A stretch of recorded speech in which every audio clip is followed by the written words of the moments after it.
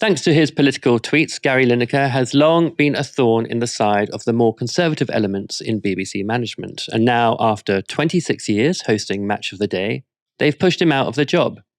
The BBC's media editor tweeted this. End of an era. I understand Gary Lineker was open to staying on at Match of the Day past the end of the season, but with his contract ending, the BBC didn't offer him another for the show. He'll go out on a high, presenting the World Cup 2026. Thanks to his criticisms of the Tory government and his vocal support of refugees, Gary Lineker has long been a hate figure for right-wingers in Britain. But he's an incredibly popular TV presenter and is currently the BBC's best-paid star. And according to the Daily Mail, to keep his job, he even offered to accept a pay cut. They report this.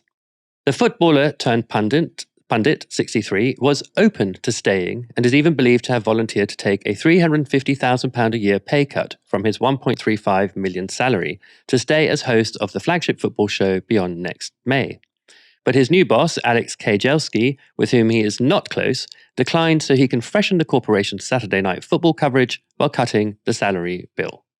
Now, with or without his Match of the Day gig, Gary Lineker will still be a big figure in British media due to his goal hanger podcast empire, which includes The Rest is History and The Rest is Politics.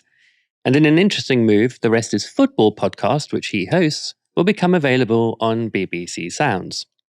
And freedom from the Beeb could make Lineker even more outspoken, not that he ever seemed to cave to pressure, as was apparent in this conversation earlier this year about Israel with Mehdi Hassan.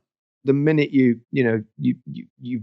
raise your voice against what they're now doing there, you get accused of being a supporter of Hamas or all this kind of stuff. So there's a lot of heavy lobbying on people to be quiet. So I understand why most people refrain, but I'm getting on a bit now.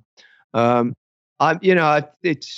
fairly secure, and I can't be silent about what's happening there. I think it's so utterly awful. And now they're talking about, it already looks like it's happening, going into Rafah, where they've sent everybody down there. So, I don't think you can be, it's not anti-Semitic to say that what Israel is doing is wrong.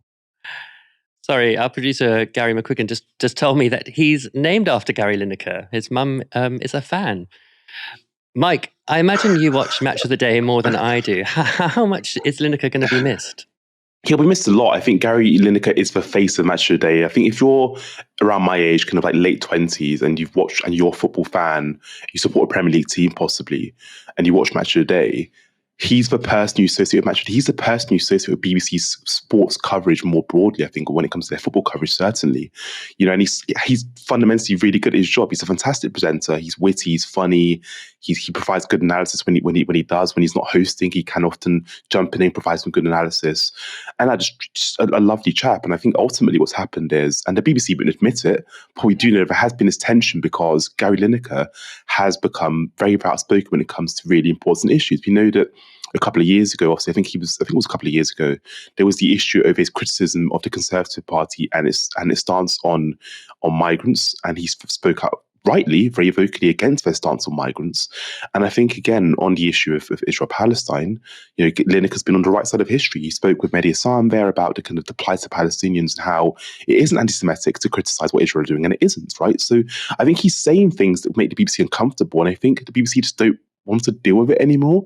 So it's a real loss for the BBC, and I don't imagine the next host of the Match of the Day is going to be that popular, because I think Gary's so synonymous to the show. I think people would have wanted him to leave on his own terms, and rather than this kind of feeling that Gary Lineker's being pushed out. So look, they can find kind of a charismatic host, I'm sure, who provides good analysis. But I do think that the circumstances of Gary's departure are going to make it awkward for the BBC and for Match of the Day moving forward.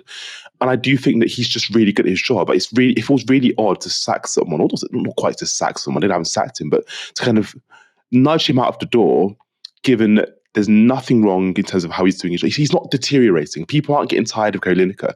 And there's a lot of Gary Lineker. He's doing podcasts every single week.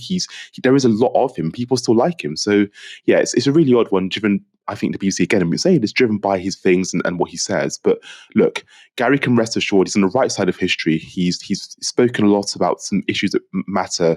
Not many people in positions of power have spoken out about issues like, what's going on in Gaza, what's going on with migrants' rights in Britain. So Gary Lineker has been quite vocal on these issues, and he should be kind of happy that he's going to leave essentially an institution on the basis of being on the right side of history, right? That he can sleep well at night. And also, he is bloody minted. Let's be absolutely clear. He's bloody minted. So he'll be fine. But a big loss for the BBC.